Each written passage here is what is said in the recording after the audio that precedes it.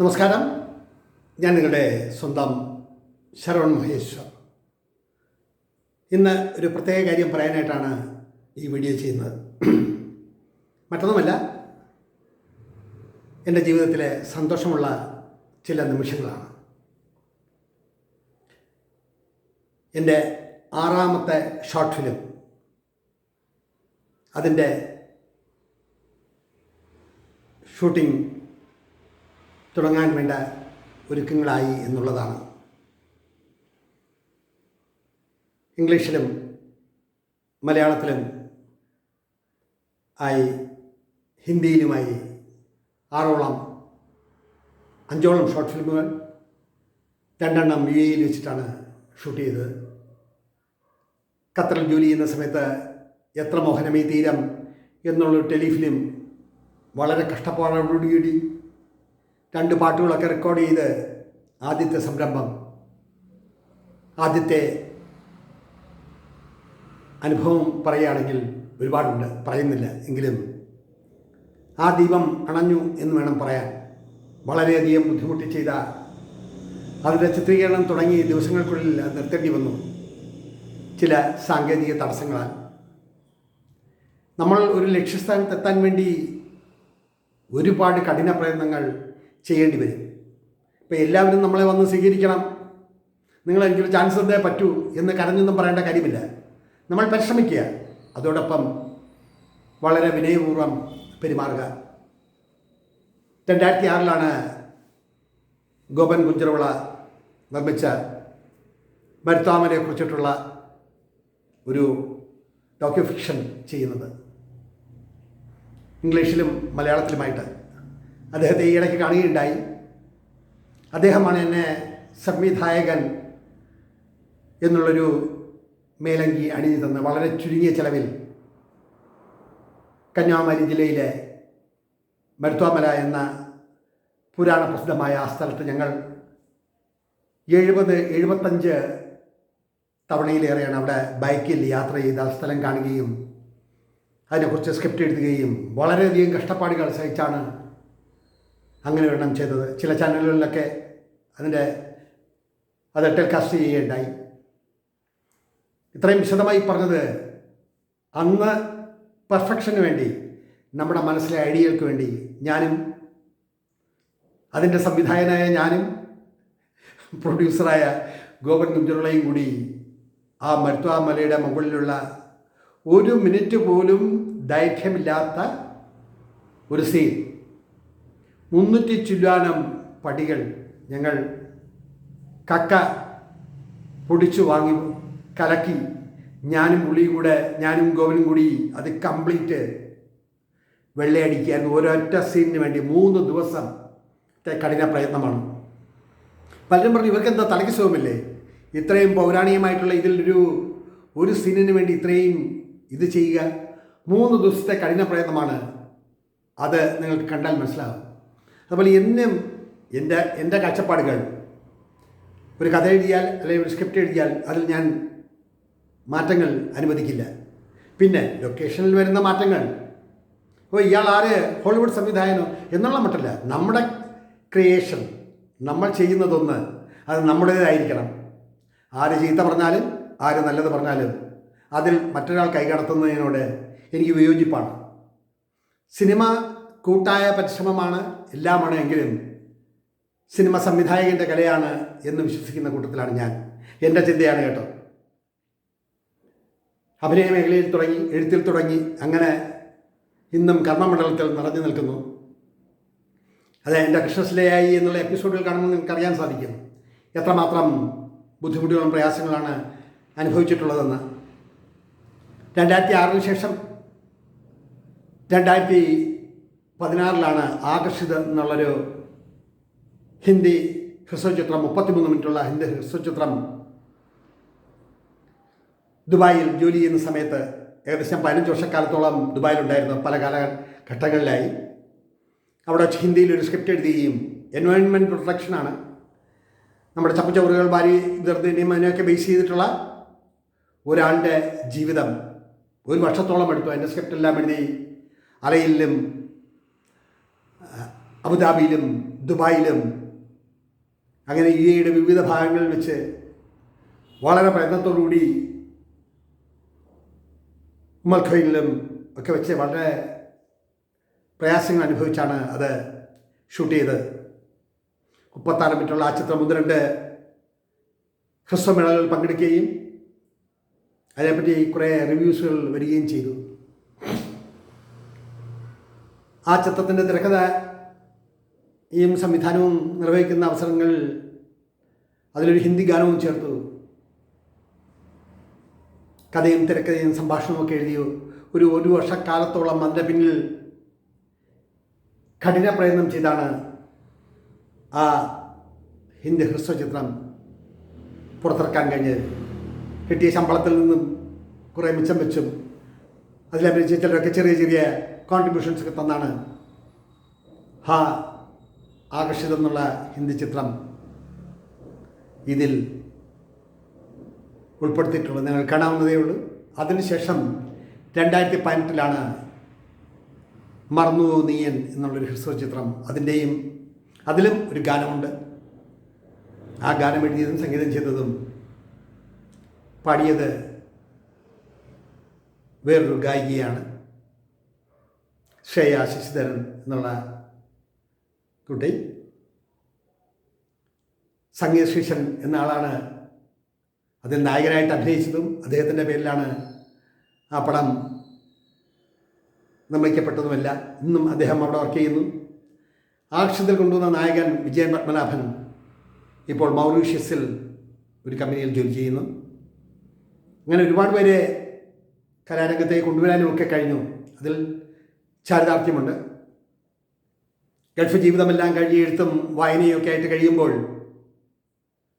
മറ്റുള്ളവരുടെ മുന്നിൽ നമ്മൾ എന്താണ് എന്ന് നെറ്റിയിൽ ഒട്ടിച്ച് നടക്കാൻ പറ്റില്ലല്ലോ.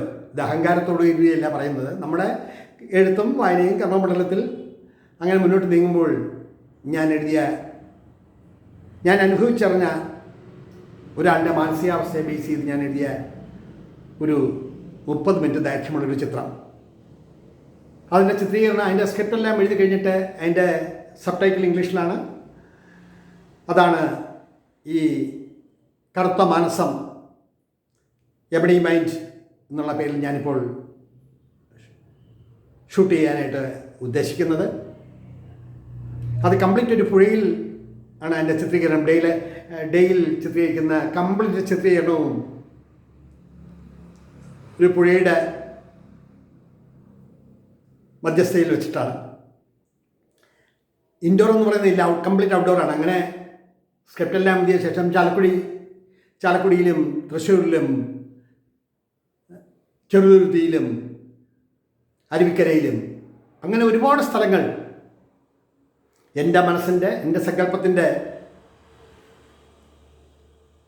രീതിയിൽ ചിത്രീകരിക്കണമെന്നുള്ള രീതിയിൽ ഒരുപാട് തവണ അതിനുവേണ്ടി നടന്നു എന്ന് പറഞ്ഞാൽ അത് അതിശയോക്തിയാവില്ല. നല്ലൊരു തുക ചിലവാകുകയും ചെയ്തു. ഈ ഹ്രസ്വചിത്രങ്ങൾ കൊണ്ട് സാമ്പത്തികമായി ബെനിഫിറ്റ് ഉണ്ടാക്കാമോ എന്ന് എനിക്കറിയില്ല. എങ്കിലും ക്രിയേറ്റിവിറ്റി നമുക്ക് കഴിയും എന്നുള്ളതിന് ഒരു മാതൃകയാണിത്. അൾട്ടിമേറ്റായി വൈകുന്നേരം നദിക്കരയിലെ എന്നുള്ളൊരു തമിഴ് ഫിലിം സംവിധാനം ചെയ്യണം എന്നുള്ള അഭിനിവേശവും ആഗ്രഹവും അതിനുവേണ്ടി തന്നെയാണ് ഈ ഹ്രസ്വചിത്രങ്ങളെല്ലാം ചെയ്യുന്നത്. എഴുത്തിലൂടെയും കഥയും കവിതയും നോവലും ഒക്കെ എഴുതുമെങ്കിലും ഓരോരുത്തർക്കും ഓരോ ലക്ഷ്യമാണ്. അപ്പോൾ ആ ലക്ഷ്യത്തിലേക്ക് എത്താനുള്ള അഭിവാഞ്ച, ആ ലക്ഷ്യത്തിലേക്ക് എത്താനുള്ള ശ്രമം, നമ്മുടെ കഴിവുകളെ മറ്റുള്ളവർ അംഗീകരിക്കുമ്പോൾ നല്ലതോ ചീത്തതോ എന്നുള്ളതല്ല വിഷയം. പക്ഷെ നമുക്കൊരു ക്രിയേറ്റിവിറ്റി, നമുക്കൊന്നിന് കഴിയും എന്നുള്ള മനോധൈര്യം, കോൺഫിഡൻസ് നമുക്കുണ്ടെങ്കിൽ നമുക്ക് എന്തും ചെയ്യാൻ സാധിക്കും. ഇത് നിസ്സാരപ്പെട്ടൊരു കൊച്ചു സബ്ജക്റ്റാണ്. 30 മിനിറ്റ് ഡ്യൂറേഷനുള്ള, വളരെ പയറും കഞ്ഞിയും കുടിച്ച്, നല്ല നാടൻ ഭാഷയിൽ പറഞ്ഞാൽ പയറും കഞ്ഞിയും കഴിച്ച് ചെയ്യാവുന്ന വളരെ ലുബ്ധിച്ചുള്ള ഒരു കൊച്ചു ഹ്രസ്വചിത്രം. പക്ഷെ അതിൻ്റെ പിന്നിൽ ഒരുപാട് പരിശ്രമങ്ങളുണ്ട്. അതിനെപ്പറ്റിയിട്ടൊന്നും വിശദമായി പറയുകയാണെങ്കിൽ 2 പേജിൽ കൂടുതൽ പറയണം. സ്ക്രിപ്റ്റ് എഴുതി അത് കംപ്ലീറ്റ് ഇംഗ്ലീഷിലാക്കി. ഒരു വാക്ക് പോലും ഒന്ന് എഴുതി കഴിഞ്ഞാൽ ഞാൻ ഒരു വാക്ക് പോലും മാറ്റില്ല. എൻ്റെ രീതി അതാണ്. അപ്പോൾ നമ്മൾ അത്രമാത്രം പഠിച്ചും മനനം ചെയ്തുമൊക്കെയാണ് ഇത് വരിക. സർവശക്തൻ്റെ അനുഗ്രഹം കൊണ്ടും നമ്മുടെ ആഗ്രഹത്തിന് ഒരു പരിസമാപ്തി ഉണ്ടാകാൻ വേണ്ടിയും ഈ ഹ്രസ്വ ചിത്രം ഒരുപാട് തവണ വീണ്ടും വീണ്ടും പറഞ്ഞ് റിക്വസ്റ്റ് ചെയ്ത് എൻ്റെ സുഹൃത്തും ഖത്തറിൽ ഇപ്പോഴും ജോലി ചെയ്യുന്ന ഖത്തർ ജെറ്റിൽ വർക്ക് ചെയ്യുന്ന അക്കൗണ്ടൻ്റായ ശ്രീ സന്തോഷ് നമ്പലാട്ടാണ് എനിക്ക് വേണ്ടി, എൻ്റെ പറച്ചിലിന് വേണ്ടി അദ്ദേഹം ഇത് കുഞ്ഞു തുകയാണ് പ്രൊഡ്യൂസ് ചെയ്യാം എന്ന് പറഞ്ഞപ്പോൾ കൂടുതൽ സന്തോഷം. ഇതിൻ്റെ പിന്നെ പ്രവർത്തിക്കുന്നവരിൽ ഒരുപാട് പേരുണ്ടെങ്കിലും ഖത്തർ ടൈംസിൻ്റെ എഡിറ്ററും എഴുത്തുകാരനും കവിയും പറഞ്ഞാൽ തീരിൽ ഒരുപാട് പറയേണ്ടി വരും. അദ്ദേഹമാണ് എനിക്ക് വേണ്ടി ഇതിൻ്റെ കാര്യങ്ങൾ ടൈപ്പ് ചെയ്ത് തരികയും, മലയാളത്തിൽ ടൈപ്പ് ചെയ്യാൻ അറിയാത്തൊരു വ്യക്തിയാണ് ഞാൻ, അതൊരു കുറവ് തന്നെയാണെങ്കിലും എൻ്റെ സഹായത്തിനായി ഇത്രയും തിരക്കുള്ള സിവിൽ എഞ്ചിനീയറായ അദ്ദേഹം ഒരുപാട് കാര്യങ്ങൾ ചെയ്തു തരുന്നുണ്ട്. ഇടയ്ക്കിടയ്ക്ക് എന്നെ തെറി പറയുമെന്നറിയില്ല. എന്ന് വെച്ചാൽ സസൂക്ഷ്മം ഓരോന്നും പറയുമ്പോൾ അദ്ദേഹം 100 കാര്യങ്ങളിൽ വ്യാപൃതനാണ്. അദ്ദേഹം പിന്നെ ഇദ്ദേഹം ഇങ്ങനെയൊക്കെ കുറേ പേർ ഈ ഒരു കൊച്ചു ഹ്രസ്വചിത്രത്തിന് വേണ്ടി പ്രവർത്തിക്കുന്നുണ്ട്. അതോടൊപ്പം തന്നെ പറയുകയാണ്, അത് മറ്റൊന്നുമല്ല, ഇതിലൊരു 5-6 കഥാപാത്രങ്ങളുണ്ട്. നല്ല കറുപ്പുള്ള, കൽക്കരിയുടെ കറുപ്പുള്ള 5-6 ചെറുപ്പക്കാർ, 18 വയസ്സിനും 35 വയസ്സിനും ഇടയ്ക്കുള്ള ഒരു 6-7 ചെറുപ്പക്കാർ. പലരെയും കാണുന്നുണ്ട്, ആരെയും ഇതുവരെ കണ്ടെത്തിയിട്ടില്ല. 5-6 പേർക്ക് ഇതിൽ അഭിനയിക്കാനുള്ള അവസരം കൊടുക്കുന്നുണ്ട്. അതിനു വേണ്ടിയിട്ടുള്ള ലൊക്കേഷൻ ഇപ്പോൾ ഫൈനലായിട്ട് നെയ്യാറ്റിൻകരയ്ക്ക് അപ്പുറത്തായിട്ടുള്ളൊരു സ്ഥലത്ത് കണ്ടെത്തിയിട്ടുണ്ട്. ഒരു മനുഷ്യൻ്റെ മനസ്സിന് സന്തോഷം കിട്ടുമ്പോൾ അതിൻ്റെ ഒരു ഊർജ്ജം വേറെ തന്നെയാണ്. അതിൻ്റെ ടൈറ്റിൽസ് ഉണ്ടാക്കാനും ടൈറ്റിൽ കാർഡ് ഉണ്ടാക്കാനും അങ്ങനെയൊക്കെയുള്ള ഒരുപാട് പരിപാടിയായിട്ട് കോണ്ടാക്ട് ചെയ്യുകയാണ്. ഇതിൽ ഒരു സീനിൽ മിന്നിമറയുന്ന ഒരു സ്ത്രീരത്നമുണ്ട്. അല്ലാണ്ട് ഇതിൽ മുഴുനീള കഥാപാത്രങ്ങളെല്ലാം പുരുഷന്മാരാണ്. അപ്പോൾ അങ്ങനെ എല്ലാം ഫൈനലൈസ് ചെയ്ത് അത് ചെയ്യാനായിട്ടുള്ള അതിൻ്റെ ഒരുക്കങ്ങളുമൊക്കെ ആയിട്ട് മുന്നോട്ട് പോവുകയാണ്. എൻ്റെ 6ാമത്തെ ഷോർട്ട് ഫിലിമാണ്. ഇനിയും 3 എണ്ണമുണ്ട്. ആ രാത്രി നീലക്കുറിഞ്ഞ് പൂത്തില്ല എന്ന് പറഞ്ഞിട്ടൊരു സംഭവ കഥയെ അടിസ്ഥാനമാക്കിയിട്ടുള്ള ഒരു കുടുംബ പശ്ചാത്തലത്തിലുള്ള, അതും ഒരു 1/2 മണിക്കൂറോളം ദൈർഘ്യമുള്ളൊരു ചിത്രം. അത് കഴിഞ്ഞ് മറ്റൊന്ന് നടന വൈഭവങ്ങൾ, ഇന്ത്യയുടെ കലാമൂല്യമുള്ള നർത്തനങ്ങൾ, മോഹിനിയാട്ടവും കഥകളിയും കുച്ചിപ്പുടിയും ഒഡിസിയും അങ്ങനെ ഉള്ള ആ ഡാൻസ് കാര്യങ്ങളെ അധികരിച്ചുള്ള ധമരു എന്നുള്ള ഷോർട്ട് ഫിലിം.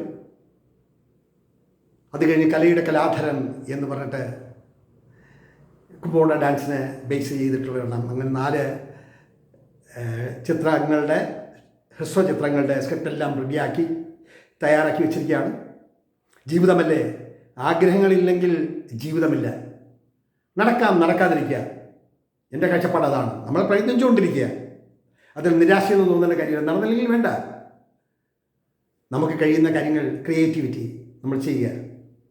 നിങ്ങൾ എന്നെ ഓർമ്മിക്കണം, നിങ്ങൾ എന്നെ ഓർത്തേ മതിയാകൂ എന്നൊന്നും പറയാവുന്നത് അത് ഹൃദയത്തിൽ നിന്നുണ്ടാവേണ്ടതെന്നാണ്.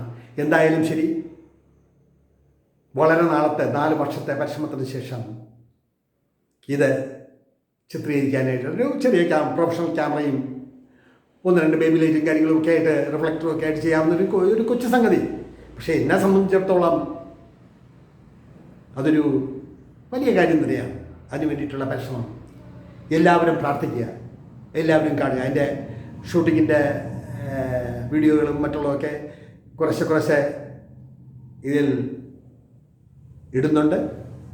അതൊക്കെയാണല്ലോ നമുക്ക് കിട്ടുന്നൊരു ഊർജ്ജം. എന്തായാലും ഈ പ്രോജക്റ്റിന് വേണ്ടി എല്ലാവരും പ്രാർത്ഥിക്കുക. കറുത്ത മാനസം എന്നുള്ള ഹ്രസ്വചിത്രം നിങ്ങളെല്ലാവരും കണ്ട് അഭിപ്രായങ്ങൾ രേഖപ്പെടുത്തുക. അതിനു വേണ്ടിയുള്ള പരിശ്രമത്തിലാണ്. ഈ ചിത്രം നിർമ്മിക്കാൻ എന്നോട് മനസ്സ് കാണിച്ച സന്തോഷ് നമ്പലാട്ടിനും എന്നെ പിന്നിൽ പ്രവർത്തിക്കുന്ന എല്ലാവർക്കും നന്ദി പറഞ്ഞുകൊണ്ട് ചുരുക്കട്ടെ. നന്ദി, നമസ്കാരം.